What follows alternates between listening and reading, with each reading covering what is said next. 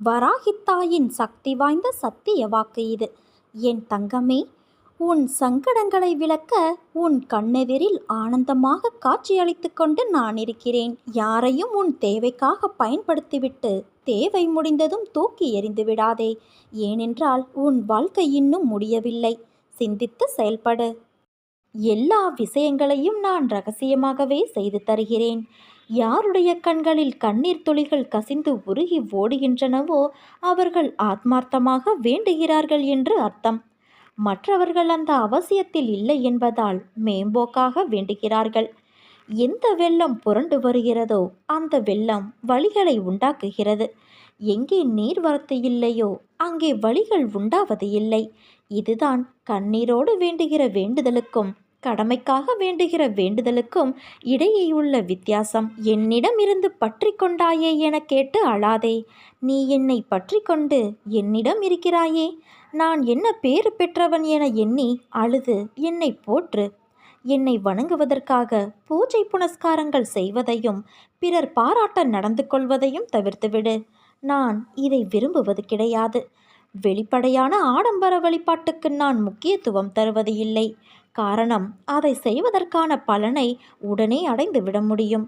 அதற்கு மேல் பலனை எதிர்பார்க்க முடியாது அல்லவா? ஆத்மார்த்தமாக இதயத்திற்குள் என்னை குடியேற்றி அங்கே என்னை வழிபடு. அப்போது உன் மனதும் செயலும் யாருக்கும் தெரியாது. அனைத்தும் ரகசியமாக இருப்பதால் நானும் எல்லா விஷயங்களையும் ரகசியமாகவே செய்து தருவேன். பொறுமையும் தன்னம்பிக்கையும் தான் தைரியம்.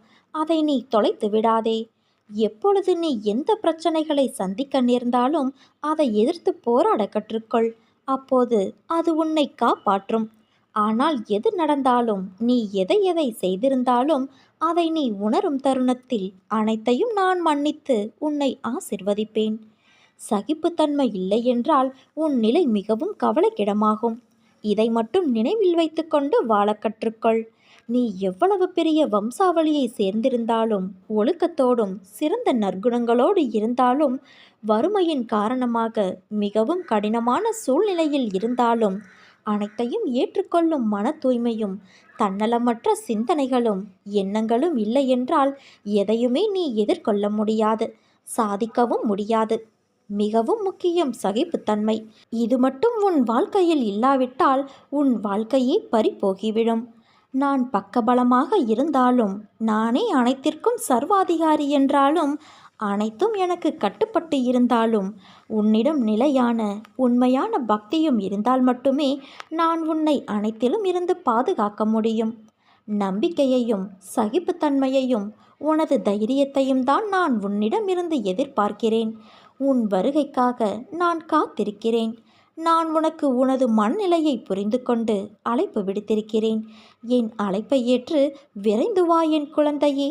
அம்மா உனக்காக என் விழி திறந்து என் ஆலயத்தில் உனக்காகவே காத்திருக்கிறேன். என் அனுமதியின்றி எதுவும் நடக்காது. எவரையும் நெருங்க முடியாது. என் அனுமதியின்றி என் மண்ணில் பாதம் பதிக்க முடியாது. உனக்கு ஏற்பட்ட துயரங்கள் அனைத்தும் உன்னை விட்டு விலகிவிடும். தன்னம்பிக்கையை நீ இழந்து விடாதே. அனைத்தும் விரைவில் மாறப்போகிறது. நீ எதற்கும் பயப்படாதே, கலங்காதே. என் ஆலயத்திற்கு வந்து ஒரு முறை என்னை தரிசித்து விட்டு போ. என் பக்தன் நல்லவனோ கெட்டவனோ அவன் என்னுடையவன். அவனுக்கும் எனக்கும் இடையே பேதம் எதுவுமே கிடையாது. இப்போது அவன் பொறுப்பு முழுவதும் என்னிடமே உள்ளது குழந்தையே. நீ சுகமாக இருப்பதற்கு பல விஷயங்கள் இருக்க, இல்லாத ஒன்றிற்காகவும் நிலைக்காத ஒன்றிற்காகவும் ஏன் வருத்தப்படுகிறாய்? உன் வருத்தம் உன்னை தடுமாற வைக்கிறது. அந்த தடுமாற்றம் உனக்கு பயத்தை கொடுக்கிறது. பயமே உன்னை மெல்ல மெல்ல கொன்று கொண்டு இருக்கிறது. உன் முகத்தை இறுக்கமாக்கி நோயாளியைப் போல காட்டிக்கொண்டு இருக்கிறது. உன் சிந்தனை உன் நம்பிக்கையை சிதைத்து வருகிறது. இப்படி ஒவ்வொன்றையும் மனதிற்கு உகந்ததாக ஏற்றுக்கொள்ளாமல் மனதிற்கு உளைச்சல் தரும் விஷயங்களை நீயாக தேர்வு செய்து தத்தளித்து கொண்டு இருக்கிறாய். நான் என்று உன்னை கைப்பிடித்தேனோ அன்று முதல் இன்று வரை நீ கேட்டாலும் கேட்காவிட்டாலும் உனக்கு நன்மை மட்டுமே செய்து வருகிறேன்.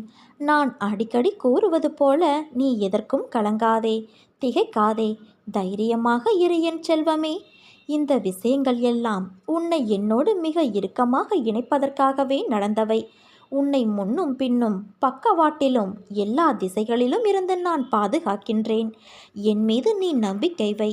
உன் கோரிக்கைகளை நிறைவேற்றி பிரார்த்தனை அனைத்திற்கும் பதில் தரவே நான் அவதரித்து இருக்கிறேன். ஒவ்வொருவரும் வாழ்க்கையில் நடக்கும் பிரச்சனைகளை எதிர்கொண்டு போராடி வருகிறார்கள். எல்லோரும் கஷ்டங்களை அனுபவித்து வாழ்வது கிடையாது. துன்பங்கள் எவ்வளவு வந்தாலும் அதை மனதிற்குள் எடுத்துச் செல்லக்கூடாது. சந்தோஷம் எவ்வளவு வந்தாலும் அதை தலைக்கு எடுத்துச் செல்லக்கூடாது. அது தலைக்கணத்தை கொடுத்து குனிய வைக்கும். உப்பும் சர்க்கரையும் பார்க்க ஒரே நிறம்தான், ஆனால் அதன் சுவை மாறுபடுகிறது அல்லவா? அதே போலத்தான் இன்பமும் துன்பமும் இரண்டும் ஒன்றுதான். அதன் விளைவுதான் உன் வாழ்க்கையில் உனக்கு ஏற்படும் சுவை. அதனால் எதையும் மனதிற்குள் வைத்து புழுங்காதே. அது உன்னை மேலும் அழுத்தும். அது உன்னை நிம்மதியாக வாழ விடாது. அதனால் என்றும் என் பிள்ளையான நீ நிம்மதியோடு இருக்கவே நான் ஆசைப்படுகிறேன். நிச்சயம் நல்ல வாழ்க்கையை உனக்கு அமைத்து கொடுப்பேன் குழந்தையே. உன் எதிர்காலம் பொற்காலமாக அமையும். உன்னை என் அன்பு குழந்தைகளில் ஒருவனாக ஏற்றுக்கொண்டேன்.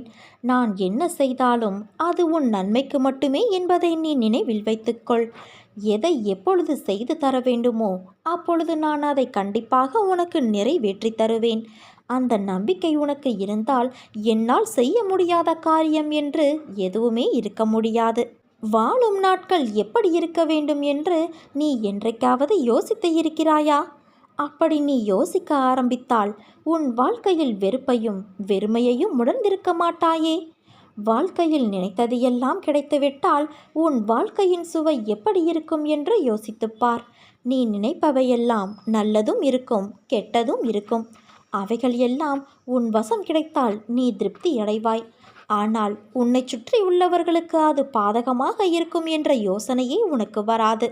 நீ என்று உன் விருப்பங்கள், உன் கனவு, உன் ஆசை, உன் லட்சியம் என்று வாழ்ந்தால் சுயநலமாய் நீ மட்டும்தான் உன் வாழ்க்கையில் ஒத்தையாக இருப்பாய், ஓசையில்லாத இசைக்கருவி போல. முதலில் ஏன் இப்படி என்னை படைத்துள்ளீர்கள் என்று என்னிடம் நீ முறையிடுவதை நிறுத்து. உன்னிடம் நிறைய திறமைகள் உள்ளது, ஆனால் அதை செயல்படுத்த தெரியவில்லை. வாழ்க்கையில் உள்ள கஷ்டம் என்ற ஒன்றையே நினைத்து அதில் தேங்கி நின்று முன்னேறாமல் சோம்பேறியாக இருந்தால் வாழ்க்கையில் நீ நின்று கொண்டேதான் இருப்பாய். நேரங்களும் நிமிடங்களும் போய்கொண்டேதான் இருக்கும். வாழ்க்கையில் முதலில் உனக்கு எது தேவையுள்ளது, எது தேவையில்லாதது என்று பட்டியலிடு. தேவையுள்ளவற்றை முன்னே நிறுத்து. அதற்கான முக்கியத்துவத்தை கொடு. அதற்காக உழைத்து போராடு. நிச்சயம் எல்லா விஷயத்திலும் நீ முக்கியமாக திகழ்வாய். உன்னோடுதான் உன் அன்னையான நான் இருக்கிறேனே. என் பரிபூரண அருளும் அன்பும் பெற்ற என் செல்ல குழந்தையல்லவா நீ. நீ ஜெயமாக நன்றாக எல்லா செல்வ வளங்களையும் பெற்று சீரும் சிறப்புமாய் நல்ல பெயரோடு சுபிட்சமாக வாழப்போகிறாய். சிறு வயதிலிருந்தே உன் மனதில் பதிந்த கஷ்டங்களால் எதிர்காலம் பற்றிய பயம் எப்போதும் உனக்குள் ஓடிக்கொண்டு இருக்கிறது. உன் வாழ்க்கையை மாற்றும் சக்தி உன்னிடம் இருந்தாலும் இந்த பயம் மட்டும் உன்னை தொடர்ந்து கொண்டே இருக்கிறது. ஆனால் உன் எதிர்காலம் சிறப்பான ஒன்றாக நிச்சயமாக இருக்கப் போகிறது. அதை என்னால் காண முடிகிறது. உன்னால் அதை உணர முடியாமல் போக பயமே காரணமாக உள்ளது. அஞ்சாதே.